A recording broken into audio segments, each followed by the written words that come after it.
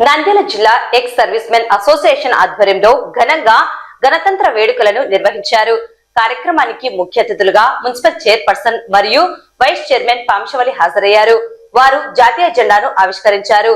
దేశ భద్రతలో సైనికుల సేవలను ఈ సందర్భంగా అభివర్ణించారు.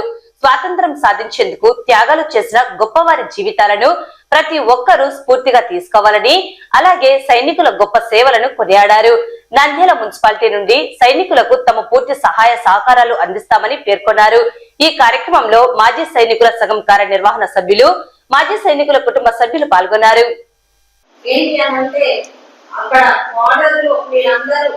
కష్టపడి మా గురించి మీ కుటుంబాల గురించి ఆలోచించకుండా దేశ ప్రజల గురించి ఆలోచించి మీరు అక్కడ బార్డర్ ని రక్షించడం వల్లనే దేశ ప్రజలందరూ మేమందరము ప్రశాంతంగా ఇక్కడ ఉండగలిగాము.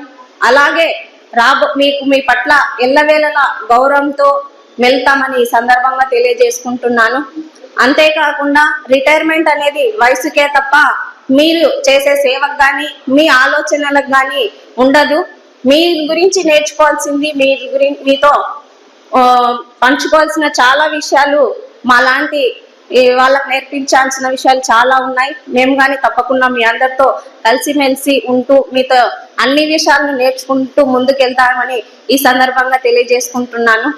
అలాగే ఈరోజు ఈ కొత్త భవనానికి కానీ ఆ రోజు శిల్పమోహన్ రెడ్డి గారు మరియు మాజీ ఎమ్మెల్యే శిల్ప రవిచంద్ర గారి చొరవతో మా గౌరవ కౌన్సిల్ సభ్యుల అంది సహాయ సహకారంతో మీకు ఈ అసోసియేషన్ కి 6 సెంట్ల స్థలాన్ని ఇవ్వడం అనేది మాకు కానీ ఎంతో సంతోషదగ్గ విషయము. అలాగే రాబోయే కాలంలో ఖచ్చితంగా మీ అందరి ఆశీస్సులతో ముందుకెళ్తాము. మీకు ఎలాంటి సమస్యలైనా ఖచ్చితంగా మా కౌన్సిల్ అలాగే వైఎస్ఆర్సీపీ పార్టీ ఎప్పుడు మీకు ముందు మీ సహాయ కోసం ముందుగా ఉంటుందని ఈ సందర్భంగా తెలియజేసుకుంటున్నాను.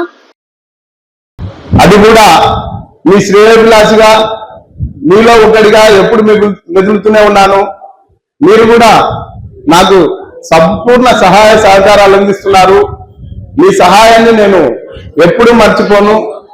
మీ సమస్యలు అంటే మీ ఆఫీషియల్ సమస్యలు కాకుండా బయట సమస్యలు ఏమున్నా కానీ నేను ముందుండి వాటిని దాదాపుగా సమస్యలను పరిష్కరించడానికే నేను ఖచ్చితంగా ప్రయత్నం చేస్తాను. అలాగే గణతంత్ర దినోత్సవం గురించి మాకంటే మీరు బాగా నిష్ఠాతులు, బాగా తెలిసిన వ్యక్తులు, ఎన్నో గణతంత్ర దినోత్సవాలు చేసింటారు, ఎంతో మన్ననలు పొందింటారు, పథకాలు కూడా పొందింటారు. అలాంటి మీ దగ్గర నేను మీకు సపరేట్ గా గణతంత్ర దినోత్సవం గురించి చెప్పాల్సిన అంత అఘాయితం అయితే ఇక్కడ కనిపించడం లేదు. దయచేసి నూతనంగా కొత్తగా ఒక కమిటీ ఏర్పడిందని నేను విన్నాను. ఆ నూతన కమిటీకి నా హృదయపూర్వక అభినందనలు తెలియజేస్తున్నాను. ఎంతమంది ఇక్కడికి వచ్చారో ఇంకా ముందుగానే రావాలని కోరుకుంటున్నాను. ఇంకా ల్యాండ్ సమస్య చాలా మందికి ఉన్నాయి. అవుట్ ట్యాక్స్ సమస్యలు ఇంకా ఉన్నాయి. ఇప్పుడిప్పుడే వర్క్ స్టార్ట్ అవుతుంది. అవి కానీ కంప్లైంట్ చేయడం జరుగుతుంది. మన మేడం గారు ఇంకా సంవత్సరంన్నర ఉంటారు ఇక్కడ. 16 నెలలు టైం ఉంది మేడం గారికి. ఆ లోపు అన్ని క్లియర్ చేస్తారు మేడం గారు. మనం పాంసాల అన్నయ్య గారు ఏ విషయం నాకు చెప్పన్నా అంటాడు, కానీ మేమే చెప్పడంలా ఎందుకు మన లెవెల్లో మనం చేసుకుందామని. కానీ ఇప్పుడు అన్నగారే అడుగుతున్నప్పుడు ఖచ్చితంగా సానంపై అడుగుతాము మేడంని.